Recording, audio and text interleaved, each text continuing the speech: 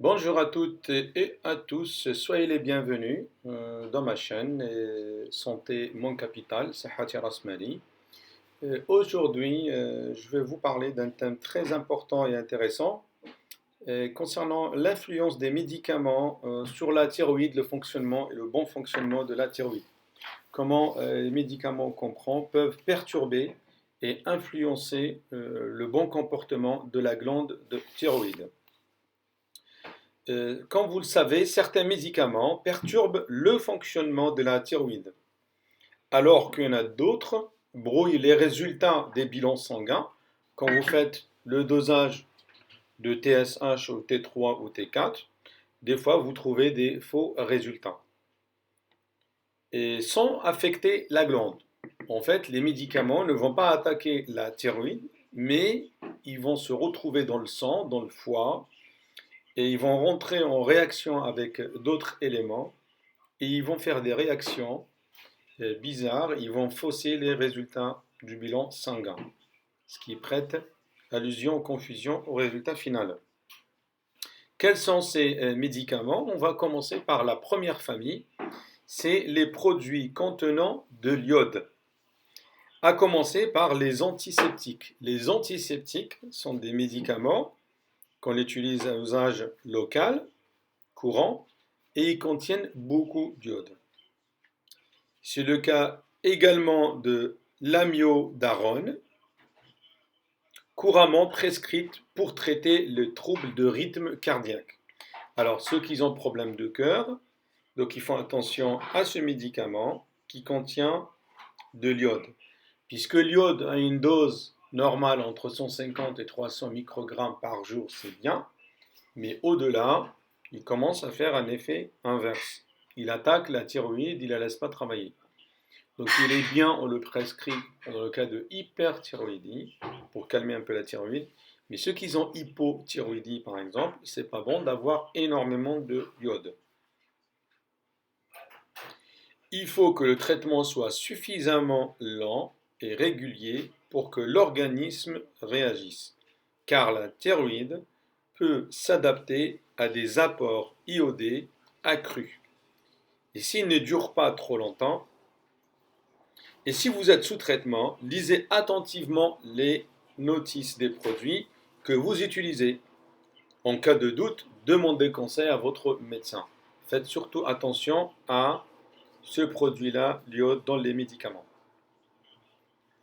Le deuxième perturbateur de la glande thyroïde, c'est les oestrogènes. Les oestrogènes qu'on trouve dans la pilule contraceptive et les traitements substitutif hormonal de la ménopause. Donc ces deux traitements, à l'intérieur on trouve l'oestrogène.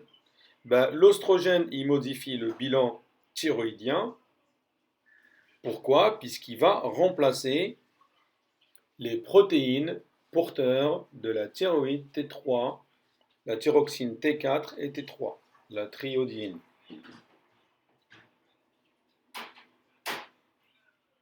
Ils n'ont pas d'impact réel sur le fonctionnement de la glande, mais ils augmentent les protéines de transport. Donc des fois, on peut trouver des cas où des gens, les femmes, prennent beaucoup d'oestrogène et ils vont avoir une fausse hyperthyroïdie. Pourquoi? Puisqu'ils ont beaucoup d'oestrogène qui transportent beaucoup de T3 et T4.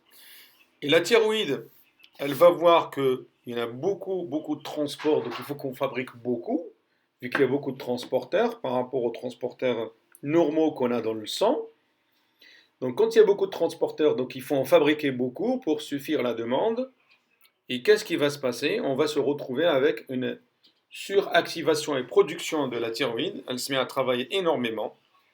Et là, elle est hyper sollicitée et on passe en hyperthyroïdie. Donc c'est une fausse hyperthyroïdie suite à une prise des oestrogènes, les pilules contraceptives et pour la ménopause.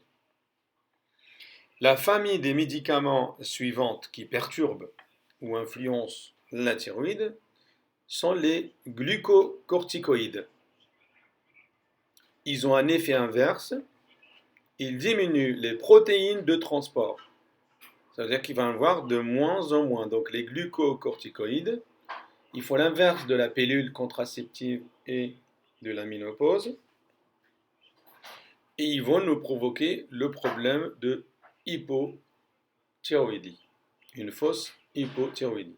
Donc ils diminuent les protéines de transport, ils peuvent aussi freiner la production de la TSH. Pourquoi? Puisque la thyroïde, elle va voir qu'il y a de moins en moins de transport, de protéines de transport d'hormones, et donc ça ne sert à rien de trop en fabriquer, puisque tous les transporteurs ont pris leur T3 et T4, et donc elle va arrêter de travailler, ou elle travaille de moins en moins, et on passe à une hypothyroïdie.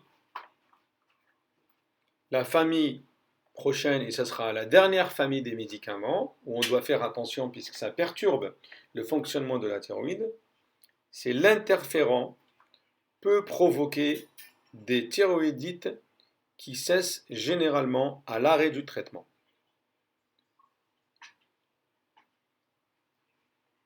Voilà, donc le dernier point, c'est important, c'est interféron peut provoquer des thyroïdites qui cessent généralement à l'arrêt du traitement.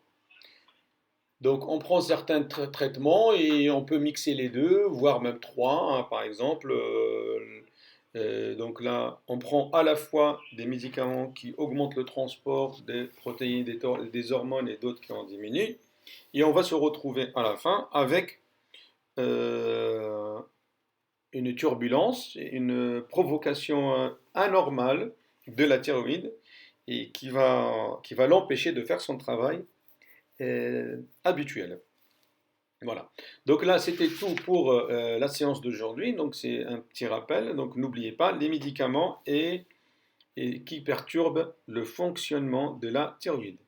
Donc merci pour tous ceux qui m'ont écouté, m'ont regardé. Merci de vous abonner, comme ça vous aurez des nouvelles à chaque fois de mes vidéos et de ma chaîne. Je vous remercie pour votre attention et je vous souhaite une excellente journée. Et à bientôt. Au revoir.